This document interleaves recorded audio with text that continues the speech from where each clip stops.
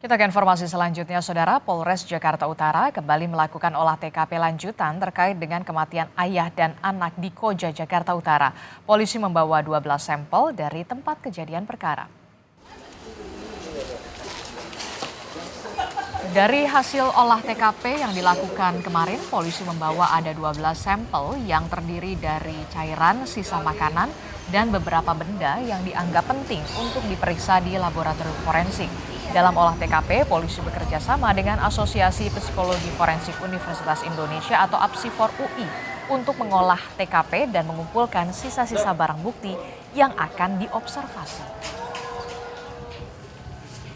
Beberapa sampel yang kami ambil di TKP ada bentuk cairan, kemudian sisa makanan, kemudian beberapa benda-benda ya yang kami anggap penting untuk dilakukan pemeriksaan ya, secara laboratoris forensik.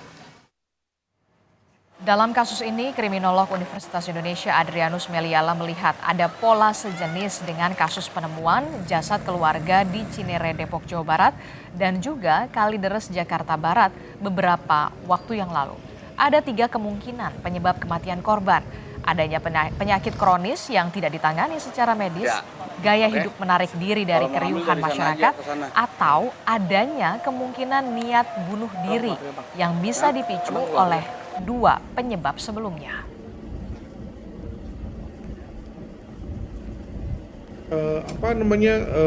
Sakit terminal yang dimiliki oleh orang-orang di rumah itu, lalu kemudian gaya hidup yang menjauh mengasingkan diri dari orang lain. Dan yang ketiga adalah niat bunuh diri. Nah, mana yang benar, mana yang sebetulnya terjadi, itu nggak jadi soal menurut saya. Tapi yang jelas bahwa kelihatannya pasti ada. Dan kalau dikaitkan dengan konteks kasus di Koja ini, kemungkinan 1, 2, 3 di antaranya. Penyebab tewasnya ayah dan balita yang jenazahnya ditemukan di rumah masih misterius.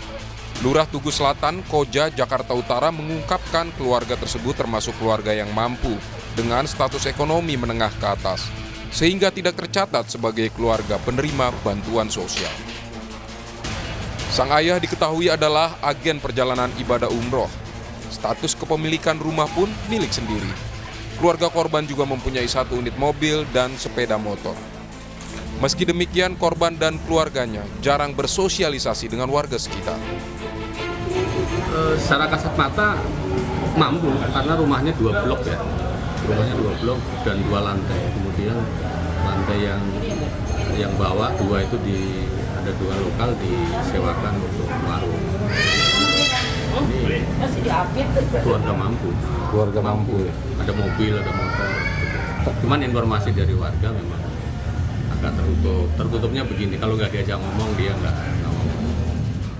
Sebelum penemuan jenazah ayah dan anak, warga sempat mencium bau menyengat dari rumah yang berada di Jalan Balai Rakyat Tugu Selatan, Koja, Jakarta Utara pada Sabtu lalu.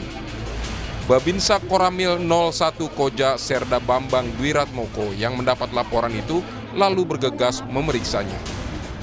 Setelah pintu rumah diketuk beberapa kali dan tidak ada jawaban dari penghuni rumah, Serda Bambang pun mendobraknya dengan dibantu warga sekitar. Di dalam rumah, Serda Bambang menemukan istri dan anak pertama korban dalam keadaan lemas. Dirinya kemudian menemukan jenazah sang ayah di depan kamar mandi dan jenazah balita di lantai bawah tempat tidurnya. Akhirnya mengecek ke dalam, ternyata di situ sudah ada korban. Suaminya dalam posisi nungging itu di depan kamar mandi. Setelah itu saya cek di kamarnya, kosong kamar pertama, nggak ada anaknya. Akhirnya saya lari ke luar, lewat jendela. Jadi bersama warga, jadi nyongkel jendela di situ. Ternyata anak ada di dalam kamar itu ada anaknya 2 orang. Terus akhirnya warga masuk ke dalam kita nyelamatin anaknya di dalam. Ternyata masih hidup yang umur 4 tahun yang anak cewek.